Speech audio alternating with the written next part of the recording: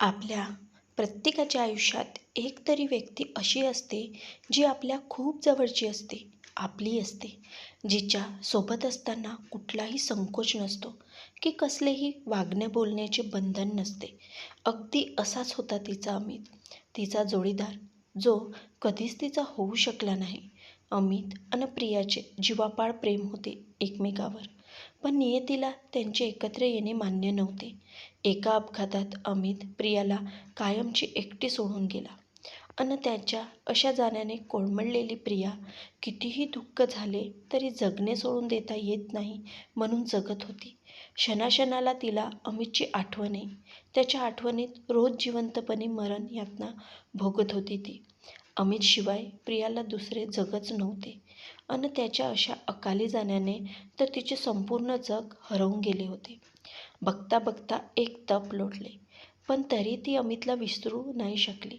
कसे विसरणार न, तो तर तिचा श्वासात होता.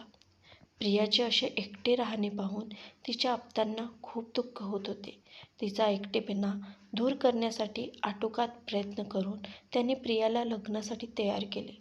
स्थळाचीही काही कमी नव्हती, सो घरच्यांच्या इच्छेनुसार ती राजीवला भेटायला तयार झाली.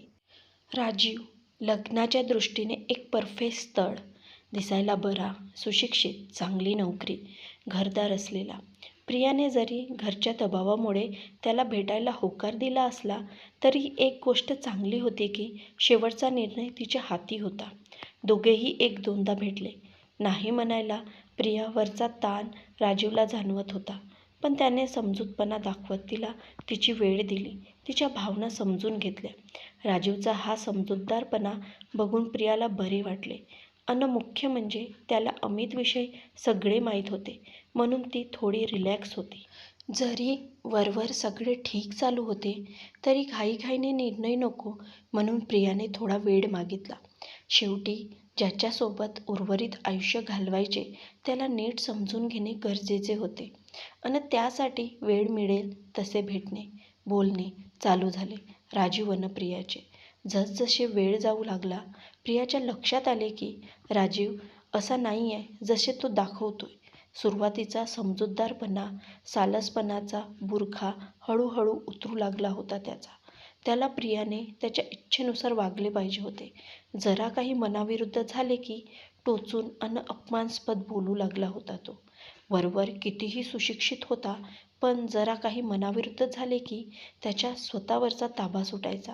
आधी बोलताना जी काळजी घेतली जाई तिचा तर आता लवलेशही नव्हता आणि मुख्य म्हणजे त्याच्या लेखी ते योग्य होते.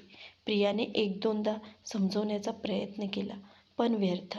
म्हणतात ना की झोपलेल्याला उठवता येते, झोपल्याचे सोंग घेणाऱ्याला नाही. राजीवच्या अशा वागण्याने प्रिया अस्वस्थ झाली. आधीच तिचे मन तयार नव्हते, त्यात हे असे. तिच्याही नकळत तिचे मन भूतकाळात रमले आणि पुन्हा एकदा तिला रडवून गेले. आज अमित असता तर किती वेळ, किती दिवस एकत्र होतो आपण, किती काळजी घेतो तिची. तिच्याबद्दल कोणी गैरशब्द उच्चारणे तर दूर, कोणी तिच्याशी मोठ्या आवाजात बोलतसुद्धा नव्हते.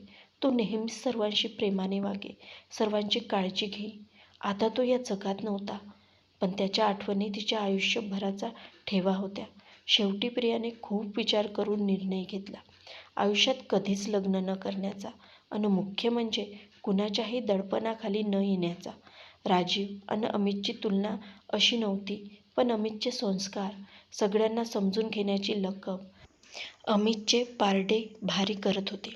आणि मुख्य म्हणजे जे प्रेम तिच्या मनात अमितविषयी होते ते प्रेम तिला इतर कुणाविषयी वाटत नव्हते आणि म्हणूनच कधीच लग्न न करण्याचा निर्णय घेतला तिने.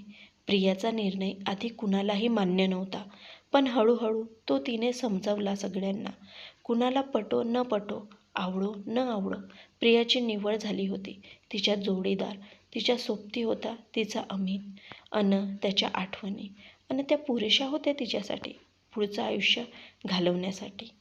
मित्रांनो, तुम्हाला कथा कशी वाटली हे कमेंट्सद्वारे नक्की कळवावे व चॅनलवर नवीन आले असाल तर आपल्या वीणा व्हॉइस मराठी स्टोरी या चॅनलला सबस्क्राईब करायला विसरू नका.